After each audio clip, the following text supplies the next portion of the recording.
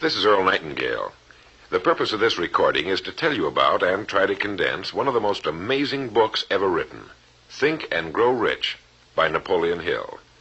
Without question, this single book has had a greater influence on the lives, accomplishments, and fortunes of more individuals than any other work of its kind. All over the free world, there are literally thousands of successful men in all lines of work who are where they are today because they once picked up and bought a copy of Think and Grow Rich, and they'll be quick to tell you so. I first discovered this remarkable book in the fall of 1949. It was of enormous help to me. It helped me decide once and for all how I was to accomplish my goal. It unified my thinking and gave me a straight, clear road to the point I had decided to reach. One of my closest friends found the book several years ago and stayed home for 3 days reading and digesting its material, and he then went on to reach the top in his industry. I've sat in richly paneled, carpeted executive offices and listened to world-famous business leaders, some of them old enough to be my father, tell me that everything worked out fine after they had read Think and Grow Rich. Now, what's the secret of this amazing book? Why has this book, out of all the thousands of self-help books, remained the one towering giant? I think to understand this, you have to know Napoleon Hill as I do. He certainly was not the first man to be appalled at the poverty and seemingly endless struggle and lack of direction he saw about him as a boy and as a young man, nor was he the first to write on the subject. But he possessed two unique, highly developed abilities seldom found in one man. The first was in the manner in which he approached his subject. Napoleon Hill went after the answers to achievement in the same way a scientist seeks to open to the light of reason a secret of nature. He went after the solution to accomplishment in the same way Thomas Edison discovered the solution to the electric light, relentlessly, indefatigably, implacably, until the truth, which had been there all the time, was revealed to him. His second important ability was the knack or skill of writing about his findings in such a way that it was instantly understood intellectually, but what is perhaps even more important for this particular subject, understood emotionally as well. When the last page of Think and Grow Rich was read, the hand which put the book down on the table was a different hand. The man who then stood and walked out into the world was a different, a changed man. The suffocating, entangling webs of self-imposed frustration and indirection had fallen away, and now the way was clear. The man was now the possessor of the unique, unseen talent for turning dreams into reality, thoughts into things. So-called fate or the idle effects of exterior circumstances were no longer in command. He who had been a passenger was now, suddenly, the captain. To begin, we have to understand the simple truth, the principle or philosophy which lies as the supporting structure of this work. Unless whatever it is you build is based on truth, you will end with the entire structure fallen and scattered about you like the armor of Homer's ancient warriors. It simply cannot stand. It cannot withstand the test of time.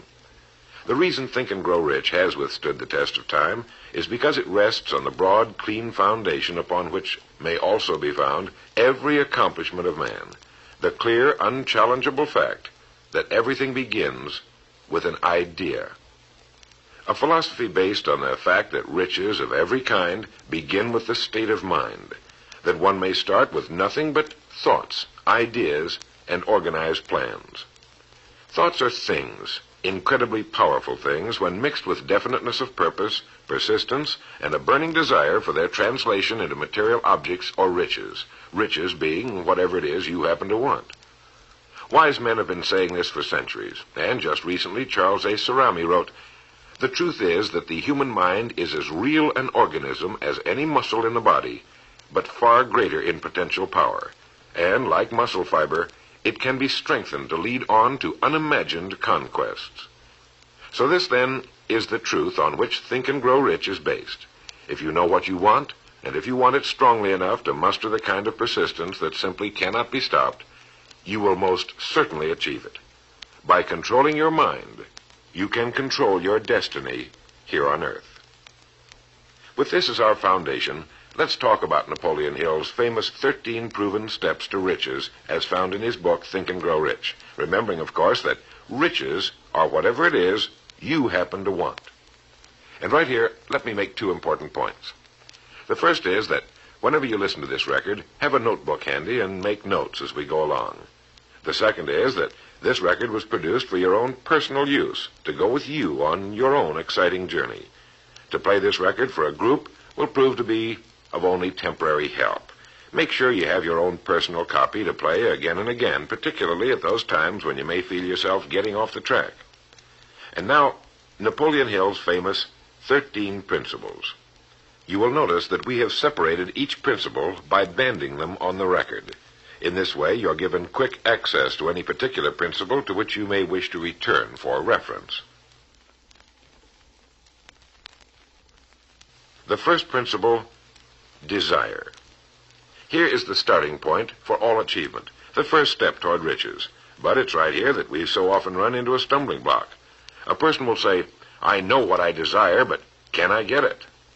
We'll get into this business of doubt later, but once and for all, let's clear up this point. This point of whether or not you can accomplish that which you desire with all your heart. I think it was best expressed by Emerson, who wrote, There is nothing capricious in nature, and the implanting of a desire indicates that its gratification is in the constitution of the creature that feels it. In other words, you would not have the desire unless you were capable of its achievement. Each of us has a built-in governor, and our desires are modified by our abilities and leanings. Whatever it is that you desire with all your heart, understand once and for all that it can and should be yours. In Think and Grow Rich, Napoleon Hill cites example after example of why your burning desire is nothing more than an accurate picture of what you will one day become. So right here, firmly establish in your mind that which you desire more than anything else. For, as Helvetius put it, by annihilating the desires, you annihilate the mind.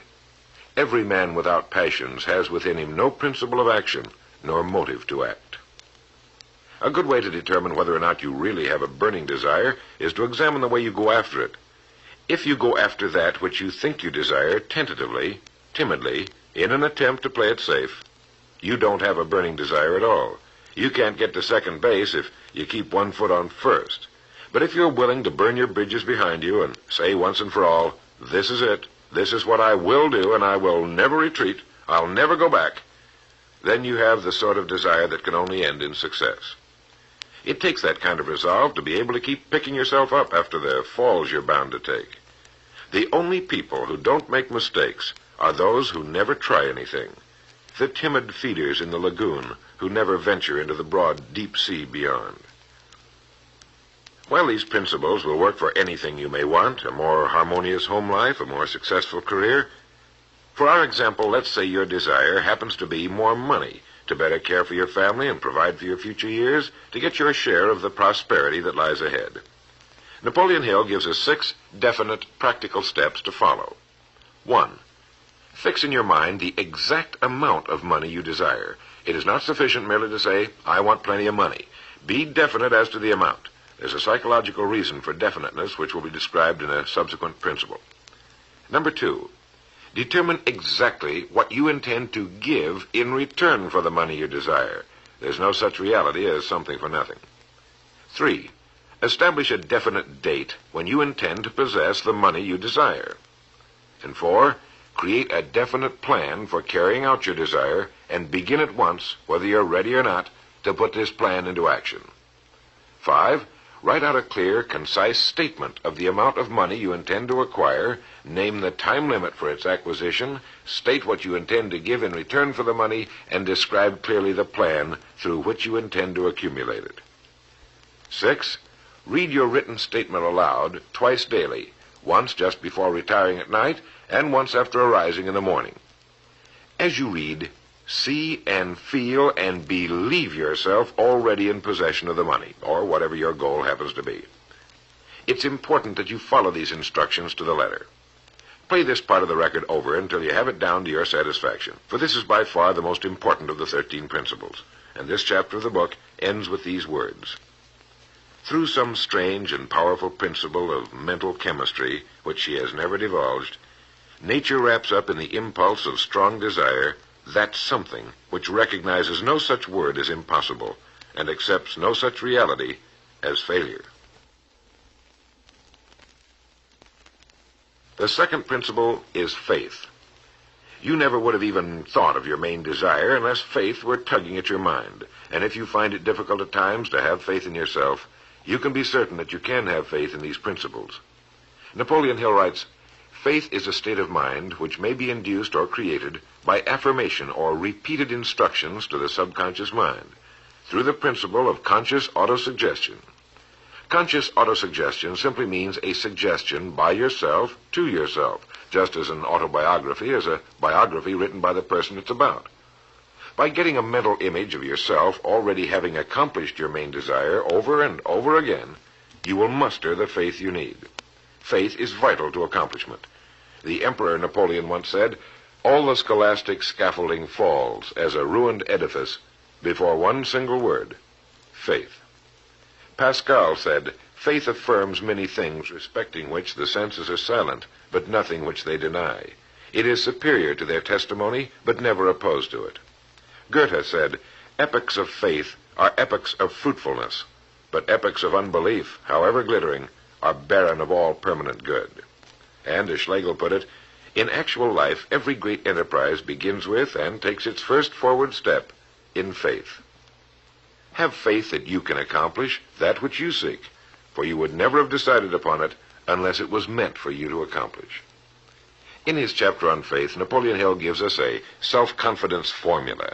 First, I know that I have the ability to achieve the object of my definite purpose in life, therefore I demand of myself persistent, continuous action toward its attainment, and I here and now promise to render such action. Second, I realize the dominant thoughts of my mind will eventually reproduce themselves in outward physical action and gradually transform themselves into physical reality. Therefore, I will concentrate my thoughts for 30 minutes daily upon the task of thinking of the person I intend to become, thereby creating in my mind a clear mental picture of that person. Third, I know through the principle of autosuggestion any desire that I persistently hold in my mind will eventually seek expression through some practical means of attaining the object back of it. Therefore, I will devote 10 minutes daily to demanding of myself the development of self-confidence. Fourth, I have clearly written down a description of my definite chief aim in life, and I will never stop trying until I have developed sufficient self-confidence for its attainment. Fifth, I fully realize that no wealth or position can long endure unless built upon truth and justice. Therefore, I will engage in no transaction which does not benefit all whom it affects. I will succeed by attracting to myself the forces I wish to use and the cooperation of other people.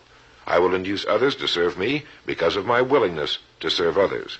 I will eliminate hatred, envy, jealousy, selfishness, and cynicism by developing love for all humanity, because I know that a negative attitude toward others can never bring me success.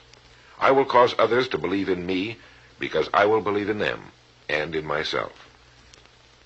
In rereading Think and Grow Rich so that I could write this condensation for recording, I was forcibly struck all over again by this great chapter on faith, particularly the examples of how some of the world's greatest men have accomplished what appeared to be impossible through faith. The third principle is autosuggestion. Now, we've already touched on this.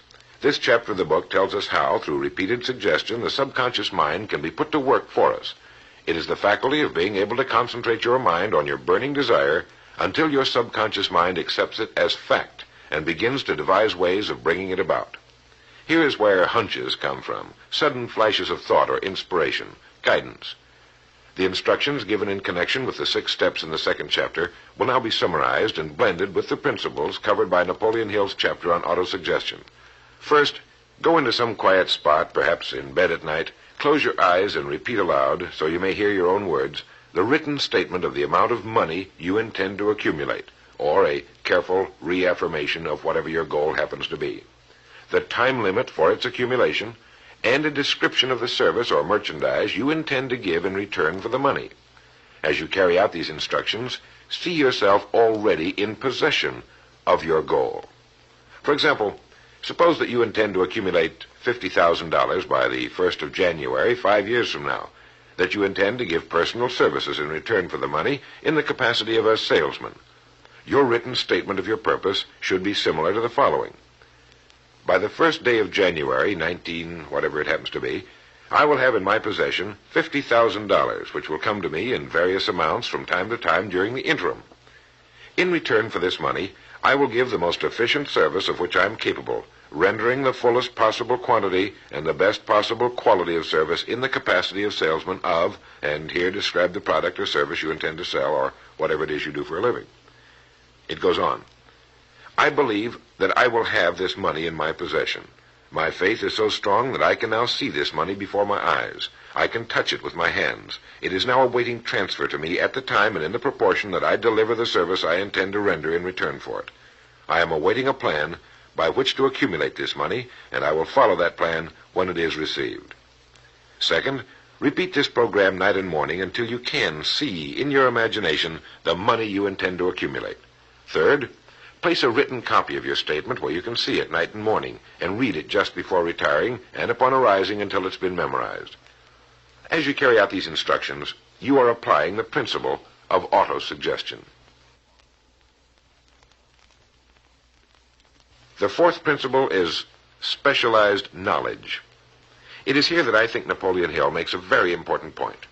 Knowledge is power only to the extent that it is organized into a definite plan of action and directed to a definite end. To quote from the book, before you can be sure of your ability to transmute desire into its monetary equivalent, you will require specialized knowledge of the service, merchandise, or profession which you intend to offer in return for fortune. Perhaps you may need much more specialized knowledge than you have the ability or the inclination to acquire.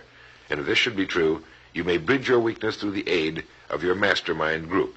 More on this later, but for now realize that you must learn all you can about your specialty. Set aside a definite time every day for learning more about what it is you do for a living. Take the courses that are offered on your subject and associate with men who know your business well.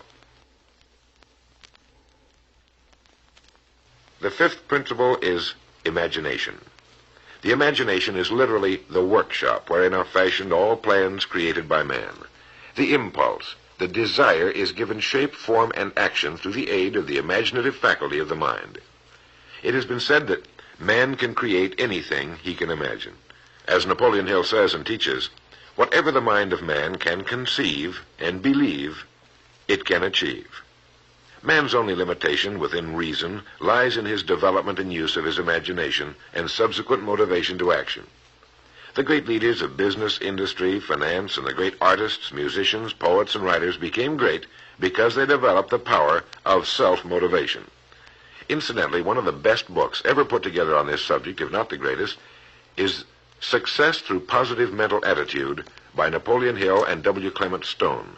I suggest you get a copy from your bookstore at your earliest convenience. If your bookstore happens to be out of the book, you may obtain a copy by writing to the address on the label of this record. As you go about your daily work, think constantly of ways in which it could be done better, more efficiently. Think of the changes that are inevitable. Can they be made now? And if you feel limited, remember the words of the late Frank Lloyd Wright.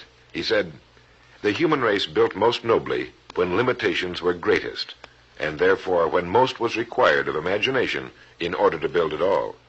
Limitations seem to have always been the best friends of architecture." As you build your future from this point onward, don't concern yourself with limitations, but remember that they may be your best friends, since they require imagination if we're to rise above them. And as Beecher said, the soul without imagination is what an observatory would be without a telescope. Now, if you'll turn this record over, we'll get to the sixth principle. The sixth principle is organized planning. You have decided on your desire, your goal. Now let's organize the plan for its accomplishment, right on schedule. Let me quote again from Think and Grow Rich. You have learned that everything man creates or acquires begins in the form of desire. The desire is taken on the first lap of its journey from the abstract to the concrete in the workshop of the imagination, where plans for its transition are created and organized. Earlier, you were instructed to take 6 definite practical steps as your first move in translating the desire for whatever you want into its physical equivalent. One of these steps is the formation of a definite practical plan or plans through which this transformation may be made. 1. Ally yourself with one or more persons, a group of as many people as you may need for the creation and carrying out of your plan or plans for the accumulation of the money you've established as your goal. Making use of the mastermind principle. This is important. 2. Before forming your mastermind alliance, decide what advantages and benefits you may offer the individual members of your group in return for their cooperation. No one will work indefinitely without some form of compensation, although this may not always be in the form of money. 3. Arrange to meet with the members of your mastermind group at least twice a week, and more often if possible, until you have jointly perfected the necessary plan or plans for the accomplishment of your goal. 4. Maintain perfect harmony between yourself and every member of your mastermind group. Keep in mind these facts. First, you're engaged in an undertaking of major importance to you. To be sure of success, you must have plans which are faultless. Second, you must have the advantage of the experience, education, native ability, and imagination of other minds. This is in harmony with the methods followed by every person who has risen above the average. Work at this until you have a well-executed, formal plan for reaching your objective. In this way, you're never confused or wondering what you should do next. Every morning you know exactly what you're going to do and why. It is in this chapter of Think and Grow Rich that Napoleon Hill gives us his 11 qualities of leadership. 1. Unwavering courage. 2. Self-control. 3. A keen sense of justice. 4. Definiteness of decision. 5. Definiteness of plans. 6. The habit of doing more than paid for. 7. A pleasing personality. 8. Sympathy and understanding. 9.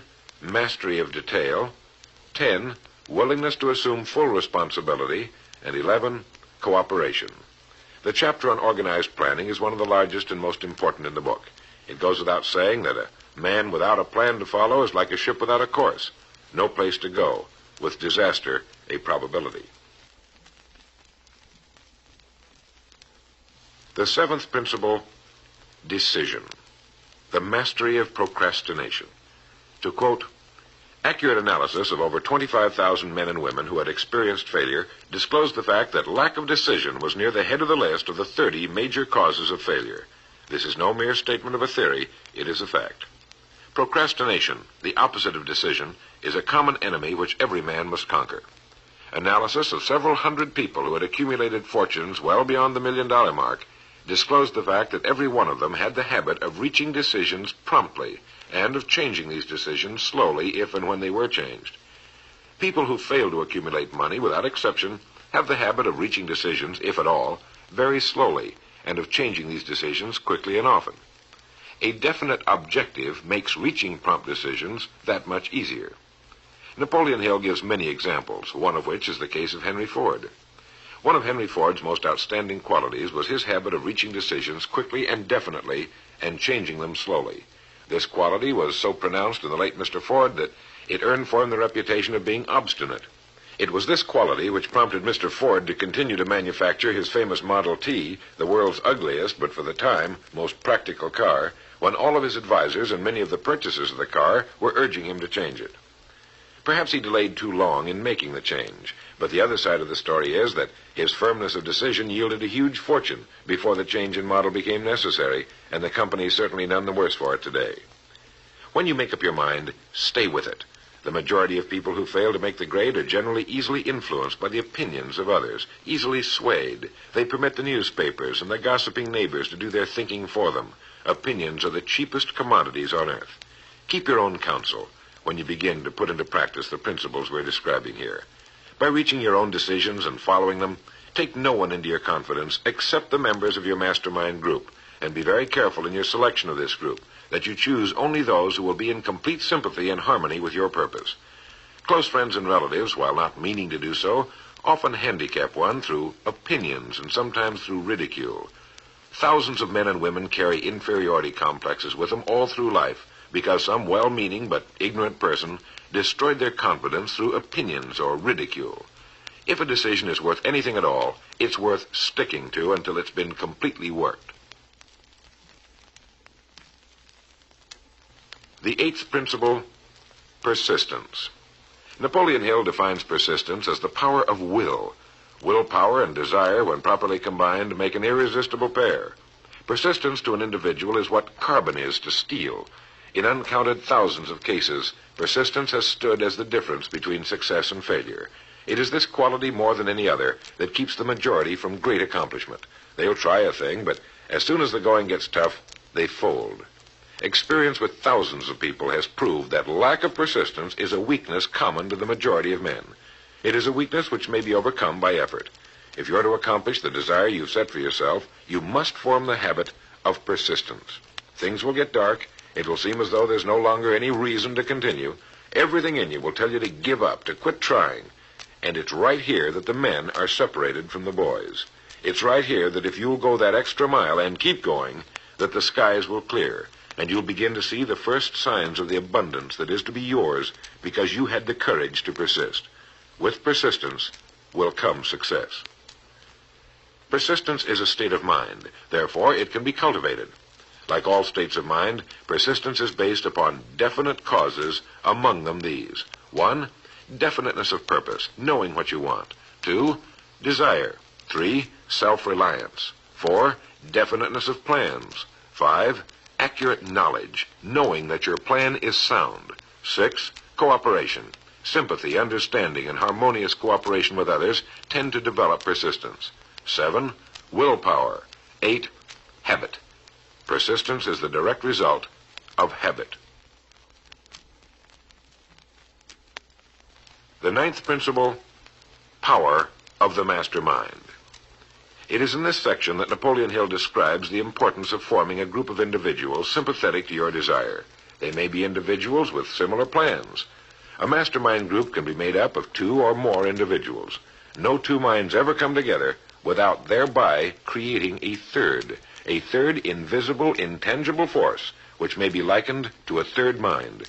You may have noticed many times that by discussing something with another individual, you suddenly get good ideas as a result of this association.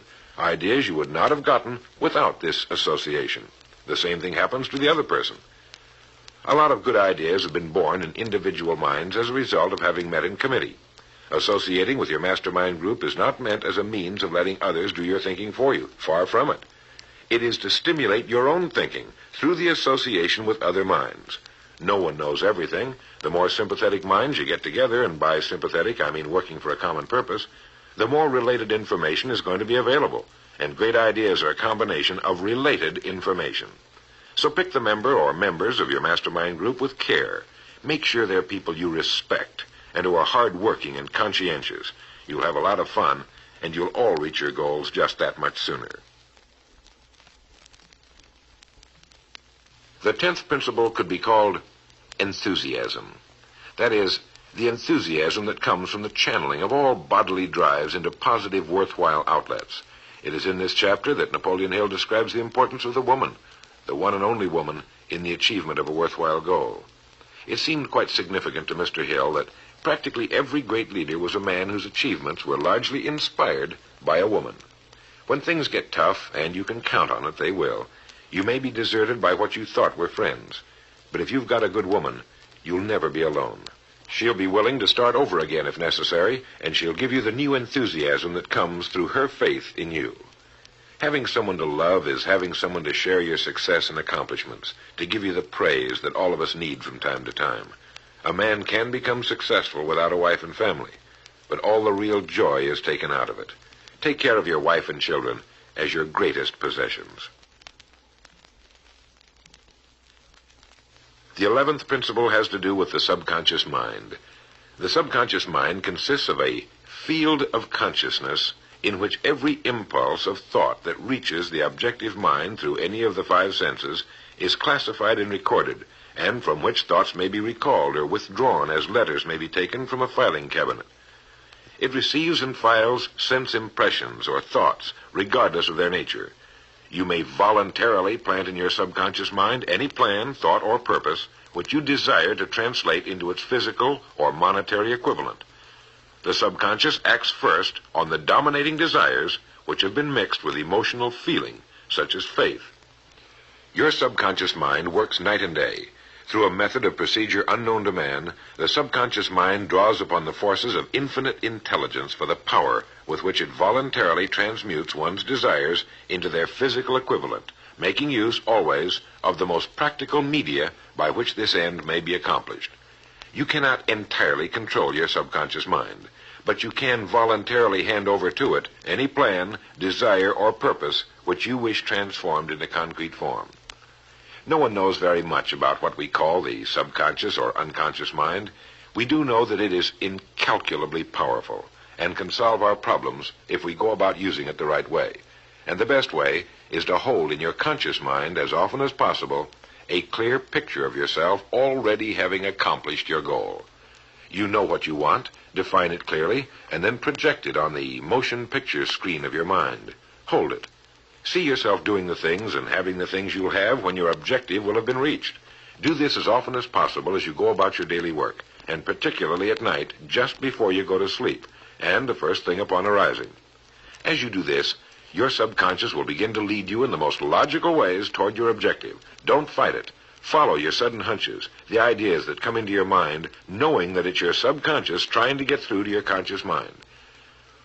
If you'll keep at this, you'll be amazed and delighted by the wonderful ideas that just seem to come from nowhere.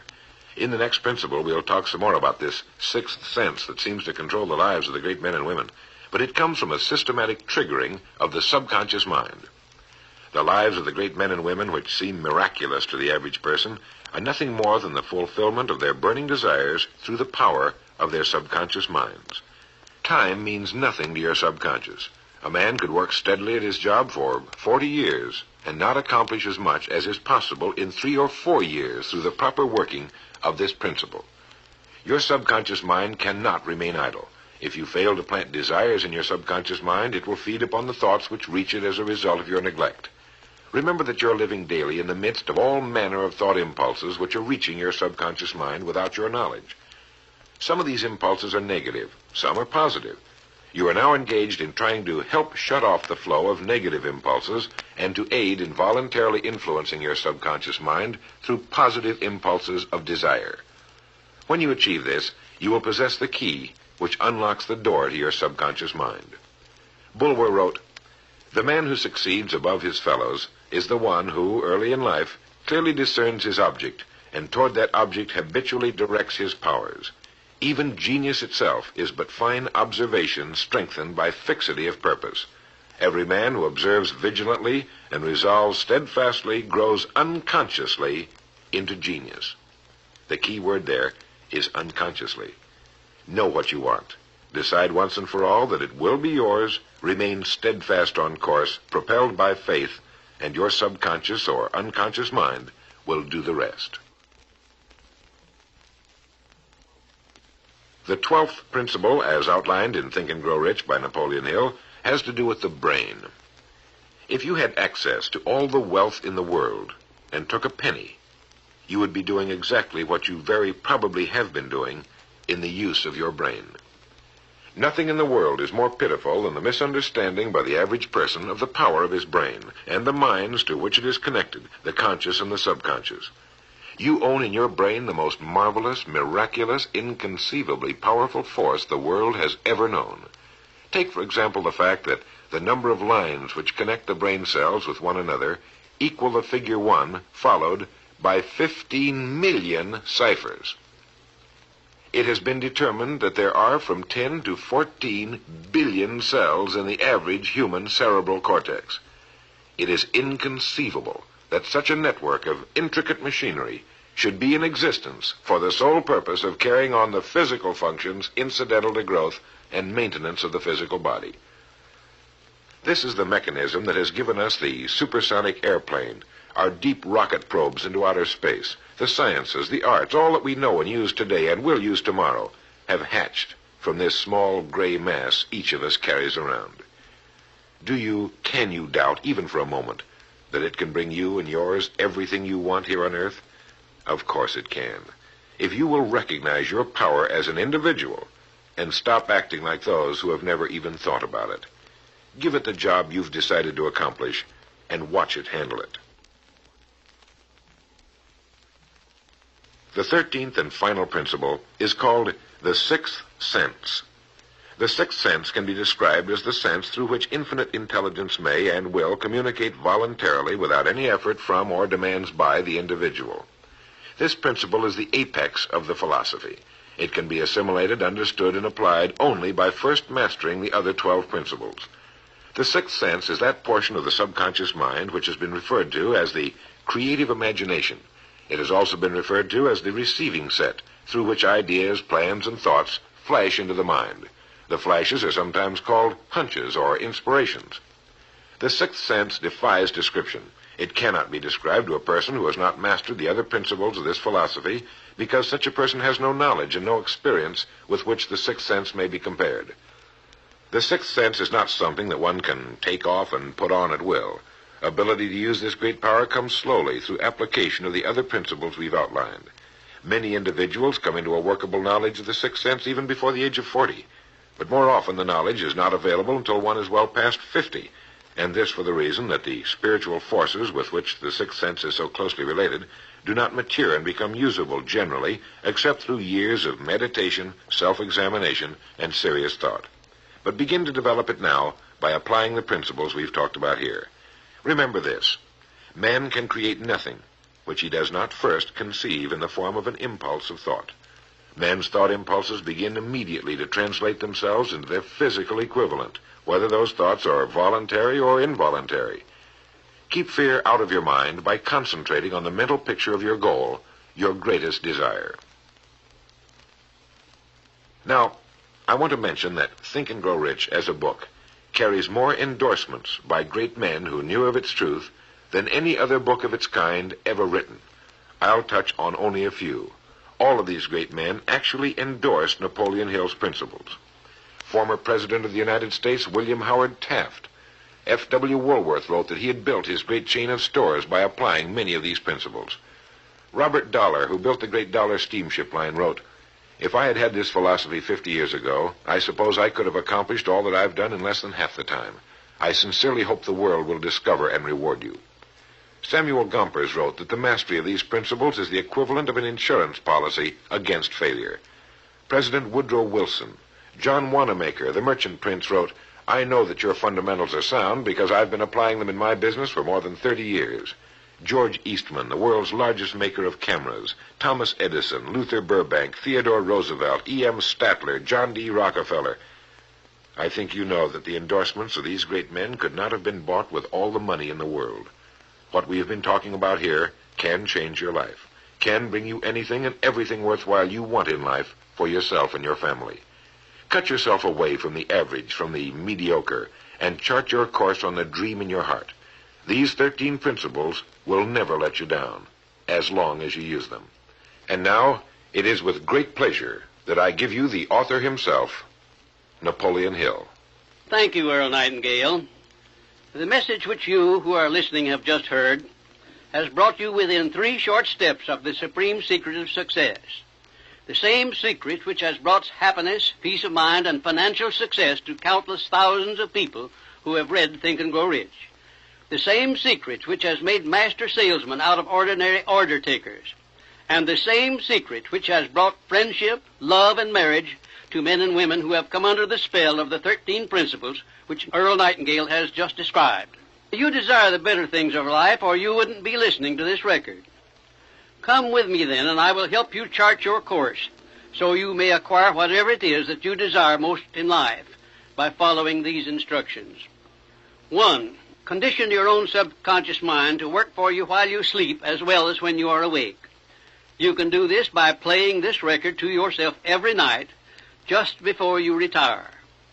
Then, before you go to sleep, after hearing the record, write out a clear statement of what you wish to accomplish the following day, and request your subconscious mind to work during the night and provide you with the plan you will need to achieve your purpose. 2. Form a personal mastermind group of 2 or more people who are closely associated with you. They can be members of your family, your business, or your professional associates, or people who work where you are employed. And play this record in their presence at least once a week. After you have done this, engage in a friendly roundtable discussion of the 13 success principles, and request each person in the group to participate and to look for inspirational ideas which may help him or her to become more successful. 3. Beginning now, follow the habit of rendering more service and better service than that which is expected of you, and do it in a pleasing, positive mental attitude. This will make friends for you, it will increase the value of your services, and it will attract opportunities by which you may get from life whatever it is that you most desire. Follow these instructions to the letter, and you will surely see the day when you can express a prayer of gratitude for having had the privilege of hearing and acting on the message which Earl Nightingale has given you through this record. And now, may I reach out across the space and the time which separate us and offer you a hand of friendship and a sincere prayer that you will be blessed with a richer and a fuller life because of this message. Your big opportunity may be right where you are now. Follow these instructions faithfully, and it will reveal itself to you. This is Napoleon Hill saying, don't search for opportunity in the distance, but recognize it and embrace it right where you are.